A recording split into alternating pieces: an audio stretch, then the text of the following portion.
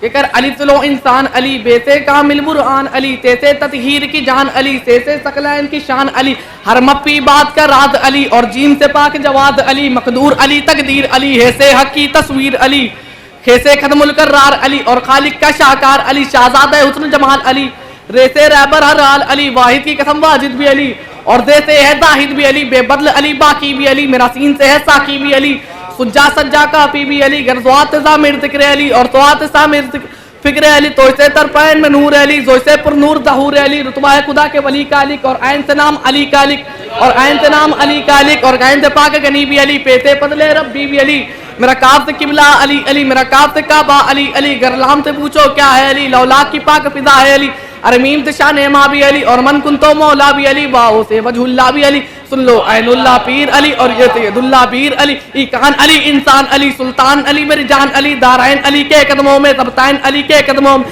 ہر پیر علی کے قدموں میں شبیر علی کے قدموں میں پردہت پاک دیار علی پروانے کل صراط علی چوڑیوں کی چہک میں علی علی ڈالی کی لچک میں علی علی میرا آگ کا تارا علی علی نبیوں نے پکارا علی علی آقائے کمبر علی علی آقائے کمبر علی علی تو قبر سے باہر جو کر لے تو قبر سے باہر جو کر لے تیری قبر کے اندر علی علی یہ جناب فرمان صاحب جو بارگاہ مولا میں نگران عقیدت میں فرمانے تھے خدا ان کو اور ان کے والدین جو مزید توفیقات میں اضافہ فرمائے اور ان کو یوں ہی پڑھنے کی قوت حاصل ہوتی رہے بارگاہ علی محمد کی طرف سے بہت ہی خوبصورت پیش کر رہے تھے آئیے ہم ایک بار پھر تمام اہل محلہ کا شکریہ ادا کرتے ہیں تمام دکانداروں کا شکریہ ادا کرتے ہیں تمام یہاں کے رہنے والوں کا شکریہ ادا کرتے ہیں کہ انہوں نے اپنی دکانوں کو بڑھا کر اپنی دکانوں کو بند کر اپنے عاشقان رسول والے رسول ہونے کا ثبوت دیا ہے کیونکہ یہ جلوس یہ جلسہ کسی اہل ڈیرے کا نہیں بلکہ داماد پیغمبر ساقی کوثر مولا کائنات حضرت علی بن ابی طالب رحمہ اللہ وجہ صاحب کی شریف سے بابرکت سے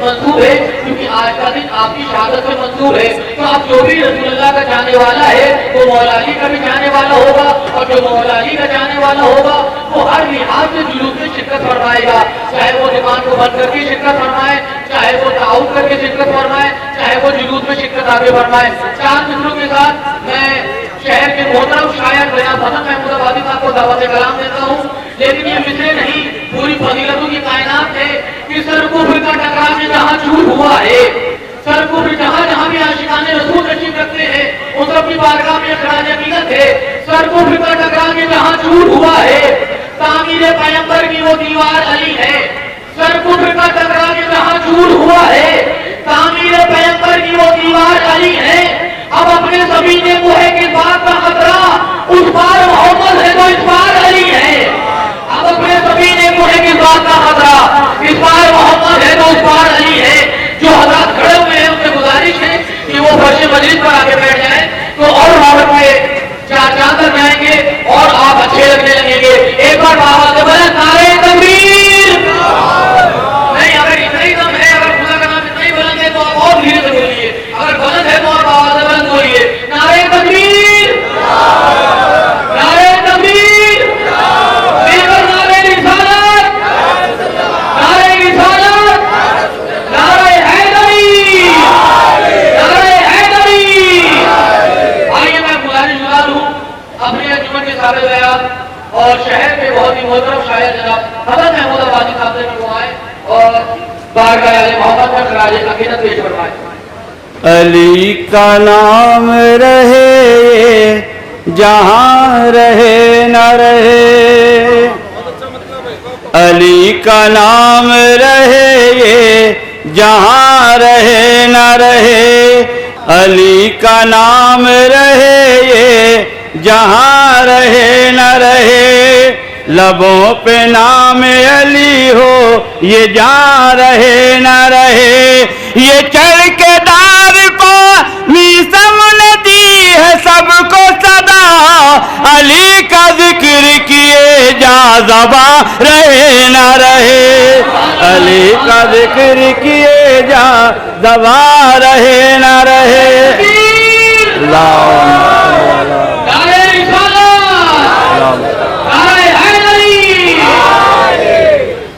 زمانے والوں کا مجھ سے سوال ایسا تھا زمانے والوں کا مجھ سے سوال ایسا تھا، بتاؤ حق کا ولی بو تراب کیسا تھا، بتاؤ حق کا ولی بو تراب کیسا تھا، نہ ہوتا کفر کا فتویٰ تو میں یہ کہہ دیتا، قسم خدا کی وہ پروردگار جیسا تھا، قسم خدا کی وہ پروردگار جیسا تھا، قسم خدا کی وہ پروردگار جیسا تھا۔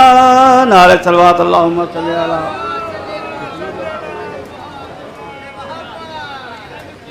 مولا تمہارے ہم کو جو یہ رہبری ملی، سماعت فرمائیں کہ مولا تمہارے ہم کو جو یہ رہبری ملی، مولا تمہارے ہم کو جو یہ رہبری ملی، اس رہبری سے آقا ہمیں زندگی ملی، اس رہبری سے آقا ہمیں زندگی ملی۔ اور شعر سماعت فرمائیں کہ جس نے چراغ الفت حیدر جلائے ہیں، کہ جس نے چراغ الفت حیدر جلایا ہے، کہ جس نے چراغ الفت حیدر جلایا ہے، اے مومنو یہ رات قیامت کی رات ہے، مولا علی کی آج شہادت کی رات ہے، آل نبی پسات مصیبت کی رات ہے، اور یہ آخری علی کے عبادت کی رات ہے، یہ آخری علی کے عبادت کی رات ہے، اور کوفے میں چاروں سمت گھٹا غم کی چھائی ہے، صبح علی کے غم کی خبر لے کے آئی ہے، صبح علی کے غم کی خبر لے کے آئی ہے، صبح علی کے غم کی خبر لے کے آئی ہے، صبح علی کے غم کی خبر لے کے آئی ہے۔ ایک صلوات اللہم صلی علی صبح علی کے غم کی خبر لے کے آئی ہے، گھر سے قدم نکالا تو مرغابیاں سبھی، قدموں پہ سر کو رکھ کے یہ بولی علی علی، مولانا گھر سے جائے یہ ہے التجا میرے، اور بن آپ کے کٹے گی کسائے سے یہ زندگی، بن آپ کے کٹے گی کلا کیسے زندگی، بولے علی تمہارا محافظ ہے کردگار، چاہے جدھر بھی جاؤ تمہیں ہے یہ اختیار، چاہے جدھر بھی جاؤ تمہیں ہے یہ اختیار. اب اردو بن کے زحمت ہے. ایک صلوات اور اللہم صلی علی محمد وعلی مسجد میں جس گھڑی میرا داخل ہوا امام آ کر نمازیوں کو علی نے کیا سلام اور پھر نماز کا کیا حیدر نے اہتمام. ظالم سے بو تراب یوں کرنے لگے کلام. ظالم سے بو تراب یہ کرنے لگے کلام. میں جانتا ہوں دل میں تمہارے جو راز ہے اٹھ جا لین اٹھ کے یہ وقت نماز ہے اٹھ جا لین اٹھ کے یہ وقت نماز ہے. بس ایک تیری ذات ہے مولائے کائنات. اسلام کیا تھا اور اسے کیا بنا دیا. اسلام کیا تھا اور اسے کیا بنا دیا. تیسرا چوتھا ہم سب سمجھائیں گے. اسلام کیا تھا اور اسے کیا بنا دیا. تیری طہارتوں کا تصور بھی ہے محال. تیری طہارتوں کا تصور بھی ہے محال. پیدا جہاں ہوا اسے قبلہ بنا دیا.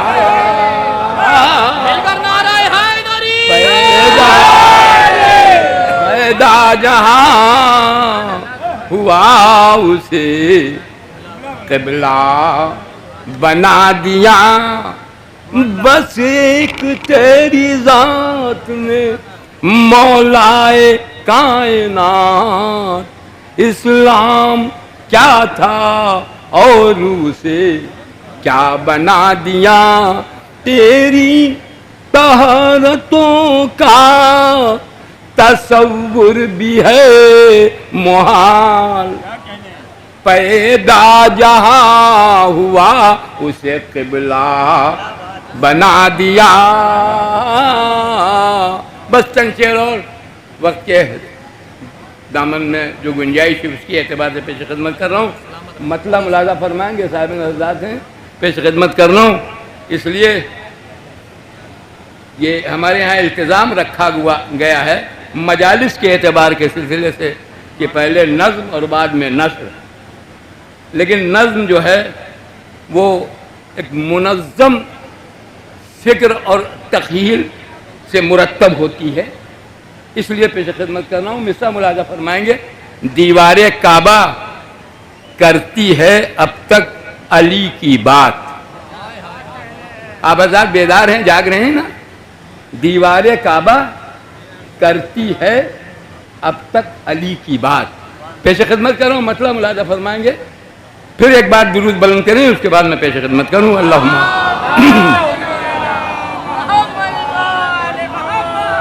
مطلب حاضر کر رہا ہوں. سماعت فرمائیں. لائے کوئی کہیں سے کسی برتری کی بات. بے حد نظر تک مجمع مومنین کا غلامان کا ثانی مصرع سماعت فرمائیے گا، شاید تاریخی چیلنج بھی ہو اس مسئلے میں، اس لیے پہ خدمت کر رہا ہوں. اللہ کوئی کوئی کہیں سے کسی برتری کی بات نکلے گی، بات بات میں مولا علی کی بات نکلے گی، بات بات میں مولا علی کی بات. پھر مطلب سنیں کہ ہے ان کے تذکرے میں خدا و نبی کی بات. اس آدمی سے سنیں گے صاحب نے حضرت ہے ان کے تذکرے میں خدا و نبی کی بات، مولا کے ساتھ ہم نہ کریں گے کسی کی بات، مولا کے ساتھ ہم نہ کریں گے کسی کی بات، مولا کے ساتھ ہم نہ کریں گے کسی کی بات. اور ہر زاویے سے اہل نظر آ کے دیکھ لیں، ہر زاویے سے اہل نظر آ کے دیکھ لیں، جو قول ہے علی کا وہی ہے نبی کی بات،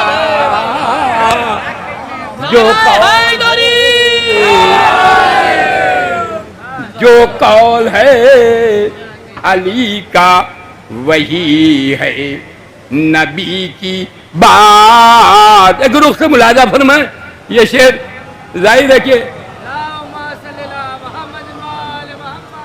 بھئی دیکھیے یہ ایک ایسا امر ہے، غلامان سے گفتگو ہو رہی ہے جسے درود کہتے ہیں، جسے صلوات کہتے ہیں، اس میں لا شریک بھی شریک ہے اور حکم بھی اس کا ہے کہ بلند آواز میں بھیجا کریں جب بھیجا کریں.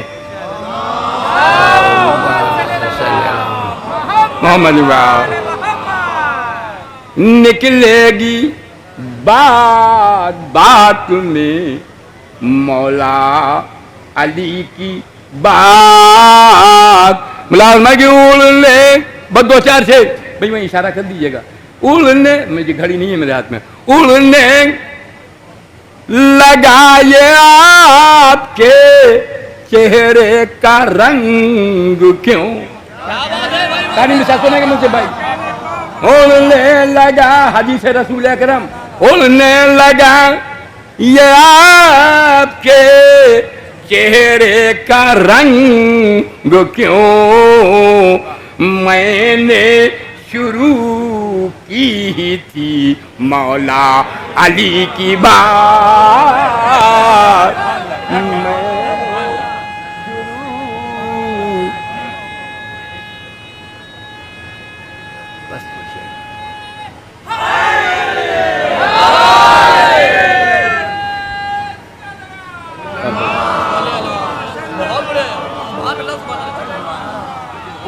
لگایا آپ کے چہرے کا رنگ کیوں، میں نے شروع کی تھی مولا علی کی بات. ملاحظہ فرمائیں یہ بھی ایک قافیہ کا سر دیکھیں. میں جو تمہیدی گفتگو نہیں کرنی اس لیے کہ دامن وقت میں گنجائش نہیں ہے، ورنہ کوئی فکر ہوتی ہے تو تمہید پہلے ضرور پیش کی جاتی ہے، مگر مجبوری ہے میری. ملاحظہ فرمائیں اس میں قافیہ کا سر دیکھیں گے تاریخی اعتبار سے. یہ کہنا خدا علی کو گناہ عظیم ہے. امام شافعی کہتے ہیں شافعی مر گیا لیکن وہ سمجھ نہ سکا کہ اس کا رب خدا ہے یا علی. اب ملاحظہ فرمائیں گے شعر، مر گیا شافعی مگر سمجھ نہ سکا کہ اس کا رب خدا ہے یا علی. پیش خدمت کر رہا ہوں مولانا فرمائیں کہ کہنا خدا علی کو گناہ عظیم ہے، وجدان سوچتا ہے مگر شافعی کی بات، وجدان سوچتا ہے مگر شافعی کی بات. بس یہ سنیں کہ جس کا آخری شعر سنیں، جس قوم کے امیر جناب امیر ہو، جس قوم کے امیر جناب امیر ہو، دنیا میں کیوں کرے وہ کسی مفلسی کی بات،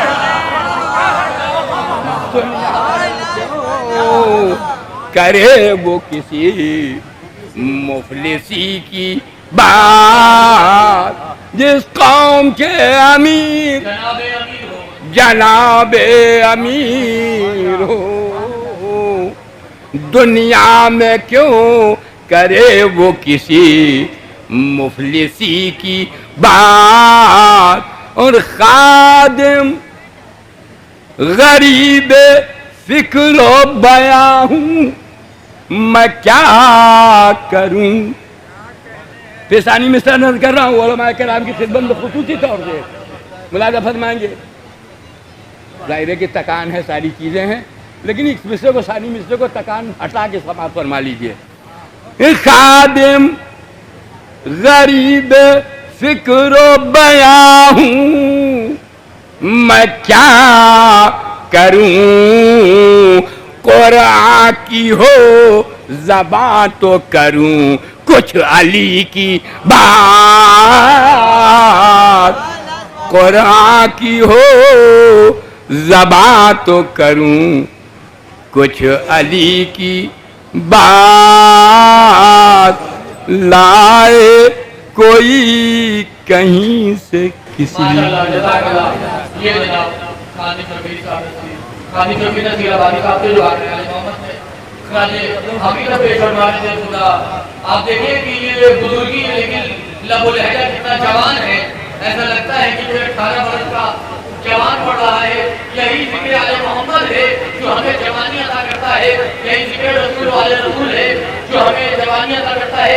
کیا خوبصورت مصرع پڑھا، جس قوم کے امیر جناب امیر ہو. آپ دیکھیں جہاں پہ مولا جناب امیر ہو وہاں مفلسی کی کیسے بات آ سکتی ہے. کہاتے نظر چاہنے والے بیٹھے ہیں، نظر میں جب سبحان بے نظیر آتے ہیں، نظر میں جب سبحان بے نظیر آتے ہیں، میری زبان میں انیس و دبیر آتے ہیں. نظر میں جب سبحان بے نظیر آتے ہیں، میری زبان میں انیس و دبیر آتے ہیں. یہ بزم عشق بناتی ہے میر اور مرزا، یہاں علی کی گلی کے فقیر آتے ہیں، یہاں علی کی گلی کے فقیر آتے ہیں. یہ مجلسوں کا تقدس ہے محفلوں کا کمال، سنانے ہم بھی بیان غدیر آتے ہیں. یہ مجلسوں کا تقدس ہے محفلوں کا کمال، سنانے ہم بھی اب شعر سنیے، سنانے ہم بھی بیان غدیر آتے ہیں. عجیب نور کی بارش ہے فرش مجلس پر، تمام چہرے نظر بے نظیر آتے ہیں. میری زبان سے خود اپنی مرتبت سن لے، ہٹو بچوں کے جناب علی. مل کر نعرہ رسالت، نعرہ حیدری.